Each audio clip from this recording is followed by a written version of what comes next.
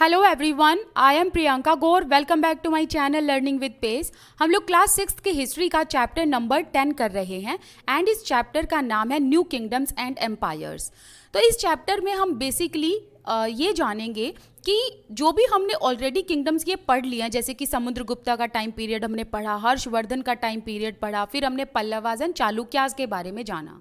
तो ये जो किंगडम्स थे ना, इनको किस तरीके से एडमिनिस्टर किया जाता था, मतलब इन किंगडम्स को किस तरीके से चलाया जाता था, किस तरीके से रेवेन्यू कलेक्ट किए जाते थे, किस तरीके की पोस्ट लोगों को दे रखी थी, ये सारी तमाम चीज़ें हम यहाँ पर जानेंगे। So as in the case of earlier kings, मतलब पहले के राजाओं की तरह इस टाइम पीरियड में भी जो राजा लोग होते थे वो क्या करते थे, लैंड रेवेन्यू को कलेक्ट करते थे। तो बेसिकली हम यहाँ क्या देख रहे हैं कि लैंड रेवेन्यू तो पहले भी कलेक्ट किया जाता था एंड अभी भी कलेक्ट किया जा रहा है। इसके अलावा इस टाइम पीरियड में भी हम ये देख रहे हैं कि जो विलेज है वो एडमिनिस्ट्रेशन की बेसिक यूनिट रही है, क्योंकि विलेज में क्या होता है कि बेसिकली कल्टीवेशन होता है, मतलब खेती बाड़ी की जाती है, तरह तरह की जो क्रॉप्स हैं वो ग्रो की जाती है। एंड अगर कल्टीवेशन अच्छा होता है तो अच्छा प्रोडक्शन होता है, और अगर अच्छा प्रोडक्शन होगा ना तो फिर होता ये है कि उसका रेवेन्यू बड़ा ही अच्छा कलेक्ट होता है। तो ये रेवेन्यू जाता किसके पास है, बेसिकली ये रेवेन्यू जाता है किंग के पास। ठीक है, तो हमने यहाँ पर इस फर्स्ट पैराग्राफ में ये जाना कि पहले भी लैंड रेवेन्यू कलेक्ट होता था, इस टाइम पीरियड में भी लैंड रेवेन्यू कलेक्ट हो रहा है, राइट।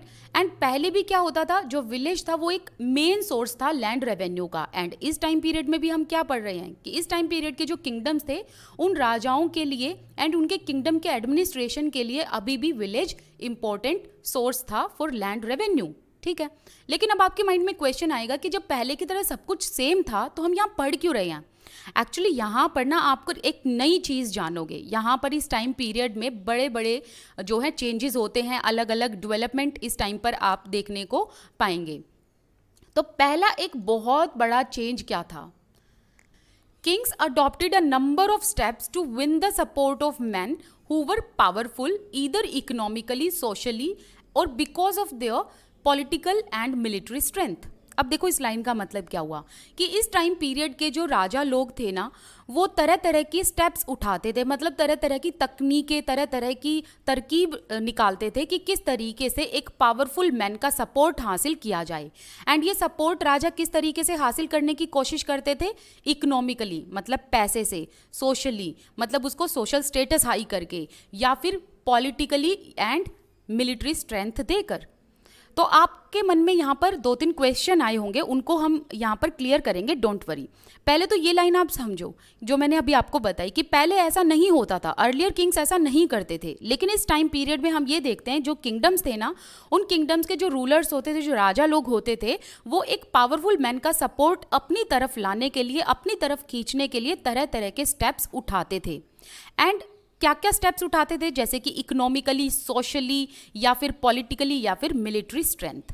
तो आपके माइंड में सबसे पहले तो ये क्वेश्चन आएगा कि जब राजा अपने आप में इतना पावरफुल है तो उसे दूसरे पावरफुल पर्सन की क्या ज़रूरत, राजा को एक सपोर्ट की क्या ज़रूरत है ना। तो उसके पीछे रीज़न सुनो। पहली बात तो राजा भले ही अब कितना भी पावरफुल होता था, लेकिन फियर जो होता है ना, जो डर, वो सभी के मन में होता है। तो कहीं ना कहीं राजा को ये भी डर रहता था कि ये जो सामने वाला आदमी है ये इतना पावरफुल है, ये राजा के अगेंस्ट भी खड़ा हो सकता है। तो एक तो ये रीज़न था, भाई राजा को भी तो कहीं ना कहीं डर लगता है। इसके अलावा राजा के मन में ये था कि अगर वो पावरफुल आदमी को अपने साथ एसिमिलेट कर लेगा, अपने साथ मिला लेगा, तो राजा और भी ज़्यादा क्या हो जाएगा, पावरफुल हो जाएगा। इसके अलावा राजा के मन में ये भी था कि जितना पावरफुल मैन को वो अपनी तरफ खींचने की कोशिश करेंगे उससे क्या होगा, ये पावरफुल मैन उतना ही लॉयल रहेगा राजा के लिए। तो इसीलिए राजा क्या करते थे, अपने आप को और ज़्यादा पावरफुल बनाने के लिए एंड एक डर के कारण कि भाई उनके अगेंस्ट कोई खड़ा ना हो पाए, तो इसीलिए वो पावरफुल लोगों को अपनी तरफ खींचने की कोशिश करते थे, उनका सपोर्ट पाने की कोशिश करते थे। चलिए अब आगे पढ़ते हैं।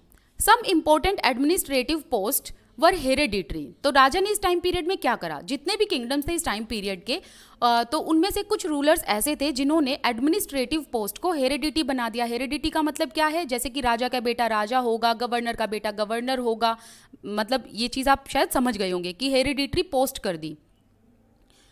And this means that sons succeeding the father's post. तो मतलब क्या होता था कि जो पिता की पोस्ट होती थी वही फिर उसके बेटे की पोस्ट हो जाती थी। जैसे कि for example the poet Harisena was Mahadandanayaka और chief judicial officer like his father. देखो ये जो पोइट थे हरिसेन, इनको ये वाली पोस्ट मिली हुई थी महादंड नायक की। महादंड नायक को चीफ जुडिशियल ऑफिसर भी कहा जाता है।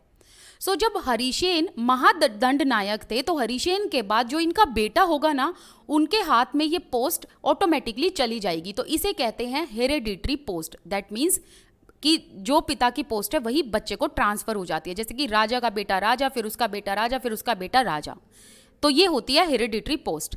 तो अगर हरिसेन के पास ये वाली पोस्ट थी महादंड नायक की, मतलब वो एक चीफ जुडिशियल ऑफिसर था, सो इन द सेम वे अब ये पोस्ट जो है ऑटोमेटिकली उसके बेटे की भी हो जाती है। तो राजा ने इस टाइम पीरियड में क्या करा, पहला तो ये चेंज किया कि जो एडमिनिस्ट्रेटिव पोस्ट थी उनको हेरिडिटरी बना दिया।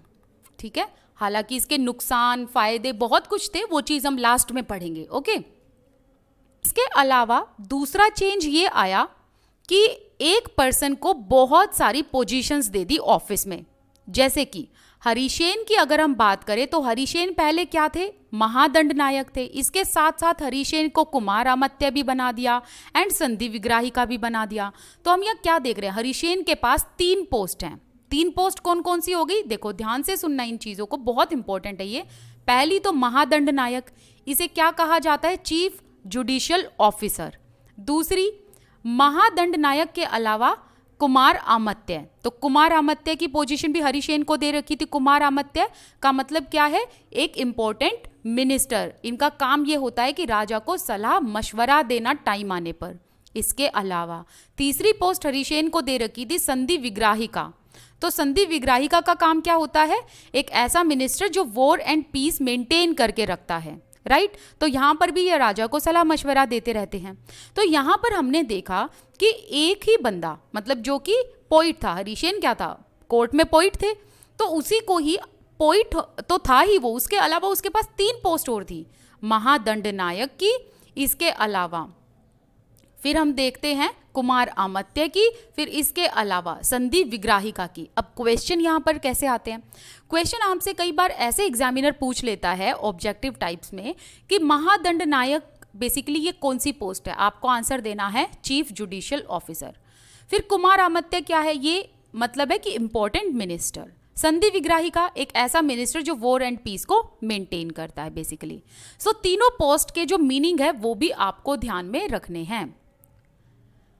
अब जैसे ऊपर हमने बात की राजा के कोर्ट के बारे में, ठीक है, तो कोर्ट का एडमिनिस्ट्रेशन पढ़ा। अब हम यहाँ पर अगर लोकल लेवल पर एडमिनिस्ट्रेशन देखें तो यहाँ पर भी इंपॉर्टेंट मैन थे, जैसे कि नगर श्रेष्ठी, ये एक पोस्ट थी। इसको क्या कहा जाएगा, एक चीफ बैंकर या chief merchant of the city. ठीक है, तो नगर का मतलब क्या होता है, सिटी, शहर, ठीक है ना। तो नगर श्रेष्ठी का मतलब चीफ बैंकर या chief merchant of the city. इसके अलावा एक दूसरी पोस्ट आप यहां देख सकते हो, सर्तवाहा। अब सर्तवाहा मतलब एक लीडर, लीडर किसका, मर्चेंट कैरावेंस का। ठीक है, मर्चेंट कैरावेंस के लीडर को सर्तवाहा कहा जाता था। इसके अलावा प्रथम कुलिका, प्रथम कुलिका का मतलब है chief craftsman. And next position the head of Kayastha, जिसे स्क्राइब्स भी बोला जाता है। ठीक है, तो ये अलग अलग पोस्ट थी जो अलग अलग लेवल पे हमें देखने को मिली, एक तो राजा के कोर्ट में एंड एक लोकल लेवल पर। तो आपको दोनों ही पैराग्राफ अच्छे से याद होने चाहिए और पता होना चाहिए कि किस जो पोस्ट का क्या मीनिंग है बेसिकली। यहाँ से बहुत क्वेश्चंस ऐसे आते हैं।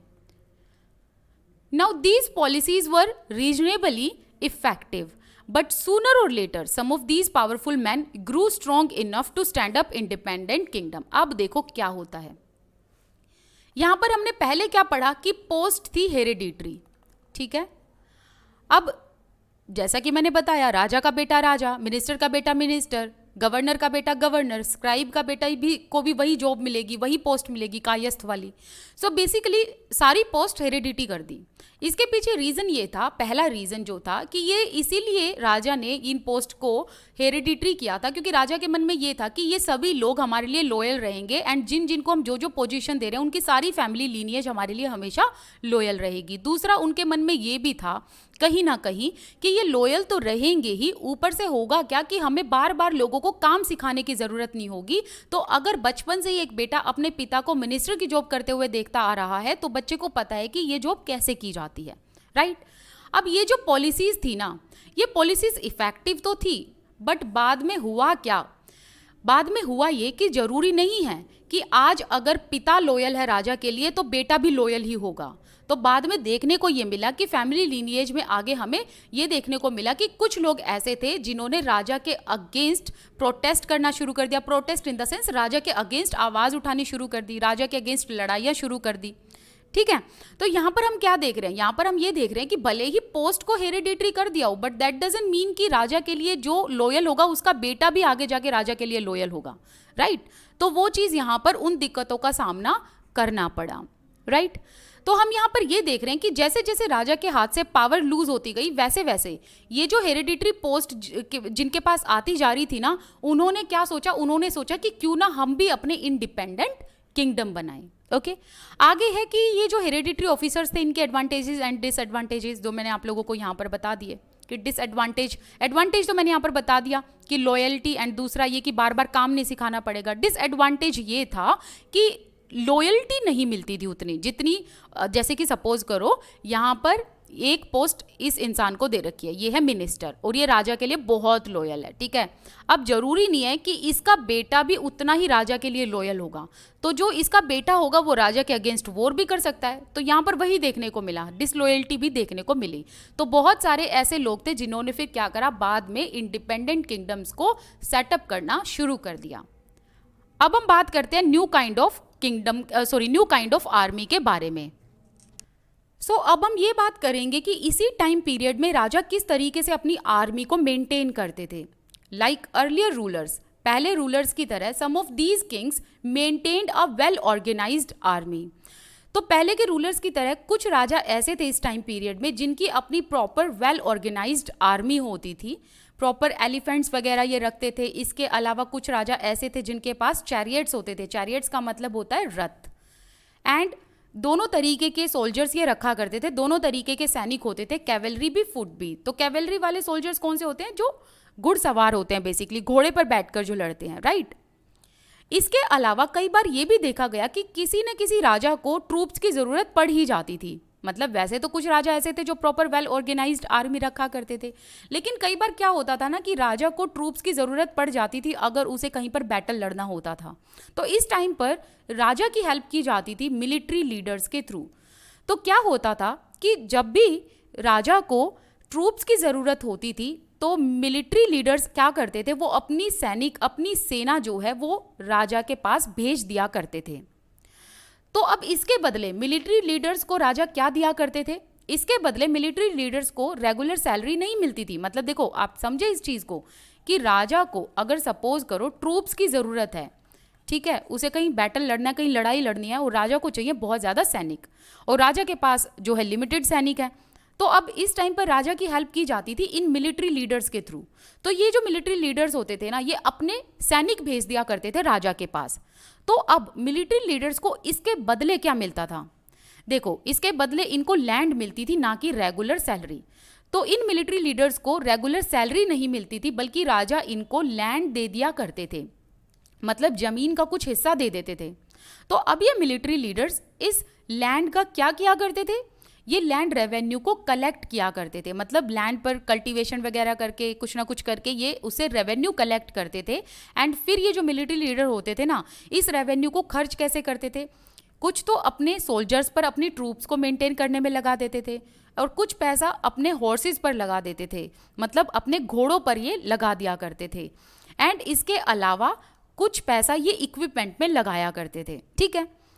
सो these men were known as samantas. तो इन्हीं मिलिट्री लीडर्स को क्या कहा जाता है? सामंताज कहा जाता है। लेकिन एक चीज ध्यान रखना, जैसे जैसे राजा के पास पावर हटती गई, राजा से पावर छीनती गई, या राजा जैसे जैसे वीक होता गया, यही सामंताज थे जिन्होंने ये कोशिश की कि अब राजा तो वीक हो गया है, क्यों ना हम अपना इंडिपेंडेंट स्टेट बनाए, इंडिपेंडेंट किंगडम बनाए।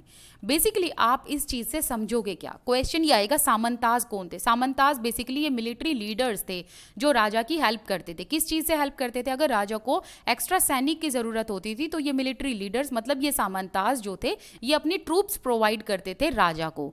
अब राजा इसके बदले इनको रेगुलर सैलरी की बजाय लैंड दिया करते थे। ठीक है, तो कई बार ये क्वेश्चन आया हुआ है कि सामंताज को राजा किस तरीके से पे करते थे। तो ध्यान रखना, इनको रेगुलर सैलरीज पे नहीं की जाती थी, बल्कि जो है लैंड वगैरह ग्रांट कर दी जाती थी। इस लैंड से ये सामंताज क्या करते थे? रेवेन्यू कलेक्ट करते थे। अब इस रेवेन्यू को ये खर्च कहाँ करते थे?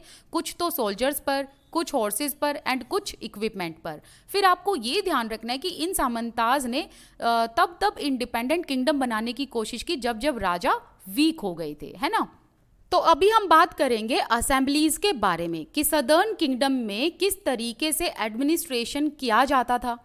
एक्चुअली सदर्न किंगडम में, जैसे कि हमने पल्लवाज एंड चालुक्यास पढ़ा था, वहां पर ना असेंबलीज हेल्ड की जाती थी, और ये असेंबलीज इसलिए रखी जाती थी ताकि एडमिनिस्ट्रेशन को स्मूथ तरीके से चलाया जा सके। एडमिनिस्ट्रेशन का मतलब क्या होता है? जैसे कि एक मीटिंग प्लेस होता है जहां पर बहुत सारे लोग मिलकर बैठते हैं, बातें करते हैं, डिस्कशन करते हैं इंपॉर्टेंट मैटर्स पर, राइट। जैसे कि देखो फॉर एग्जाम्पल, जैसे लोकसभा राज्यसभा, उस टाइम पर तो लोकसभा राज्यसभा थोड़ी ना थे, तो उसी हिसाब से आप समझ सकते हो कि जैसे लोकसभा राज्यसभा में बैठकर इंपॉर्टेंट मैटर्स पर डिस्कस किया जाता है ताकि एक एडमिनिस्ट्रेशन लेवल अच्छे से स्मूथ तरीके से चल सके देश में, तो उसी तरीके से असेंबलीज हुआ करती थी पहले के टाइम पर। ओके, तो सदर्न किंगडम में हमें असेंबलीज के बारे में पता चलता है, एंड इन असेंबलीज के बारे में हमें पता चलता है इंस्क्रिप्शन से। अब ये जो इंस्क्रिप्शन, इनको क्या कहा जाता है पता है ना? जो हार्ड सर्फेसिस पर लिखी जाती हैं, जैसे रॉक एंड मेटल। तो ये इंस्क्रिप्शंस हमें कहाँ से मिली? पल्लवाज से। सो पल्लवाज के टाइम पर जो इंस्क्रिप्शंस थी उनमें ना लोकल असेंबलीज का जिक्र है।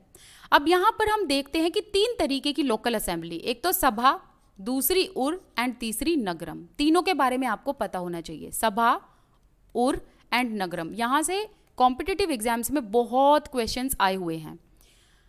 तो अगर सभा की बात करें, ये एक ऐसी असेंबली थी जिसमें ब्राह्मीण लैंड ओनर्स बैठा करते थे। ब्राह्मीण्स होते थे लेकिन बड़ी बड़ी जमीनों के मालिक होते थे, ठीक है। ब्राह्मीण लैंड ओनर्स इस सभा में आते थे।